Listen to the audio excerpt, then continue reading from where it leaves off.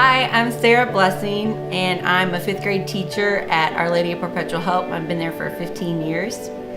I'm Chris Blessing, and I work at Humana. I work in IT, been there for 10 years, and we're both from Palmyra, Indiana.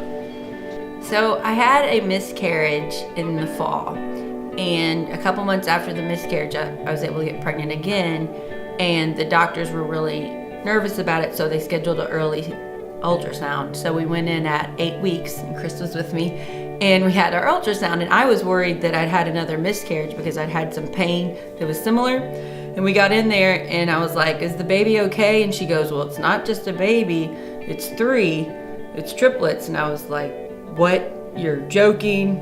And my first thought was, we need a bigger car, and we're gonna maybe need a bigger house. How are we gonna adjust all the probably not as important things at the time? I wasn't thinking about actually all the work that would be involved with going to doctor's appointments and then the increased risk of having multiples. And then we went to our first appointment together with Chris and my mom, and we had an ultrasound at the specialist, and that's when they first told us one of the babies was smaller than the others.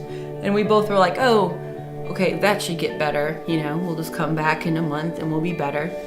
And then we went back, and the news just kept getting worse. It was baby B, and it was a girl, and she was over here, and she just wasn't growing. She was growing, but just not near enough. But there's always a chance that things could change, and she held on for a long time. So it was very nerve-wracking every time we would go to a doctor's appointment. It was, what's going to happen with baby B? Is the news going to be better? Is the news going to be worse? Right.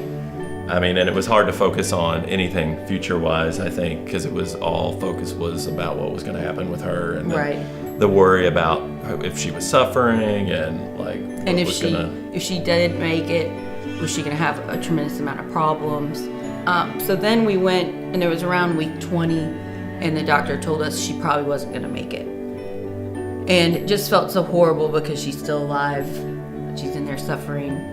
And then on our 28th week appointment, we found out that she didn't have a heartbeat anymore, which was very sad. I'm glad we were together.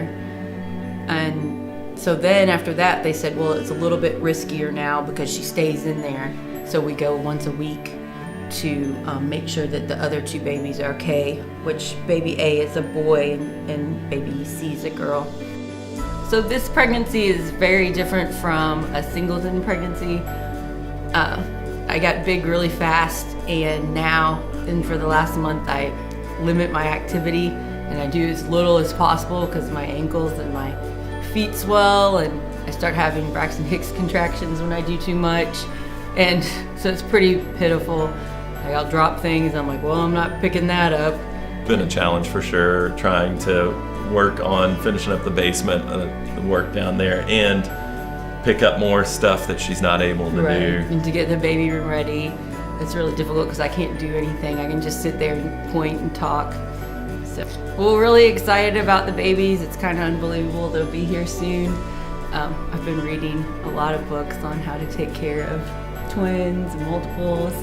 I've done a really good job of watching her read books about taking care of multiples. I watch her closely. Some people will always say, oh, it's going to be a lot of work, but I mean, everything in life that's worth anything is work. So I'm excited about that.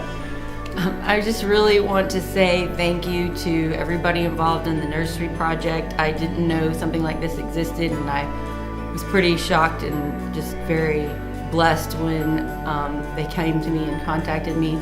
And thank you so much to anybody that's helping. We're very appreciative. Sarah tells me about this Facebook page she's on with multiples, and it's disheartening to me when I hear her tell me some of the stories of these single moms with multiples and no one to really help. So I feel very fortunate.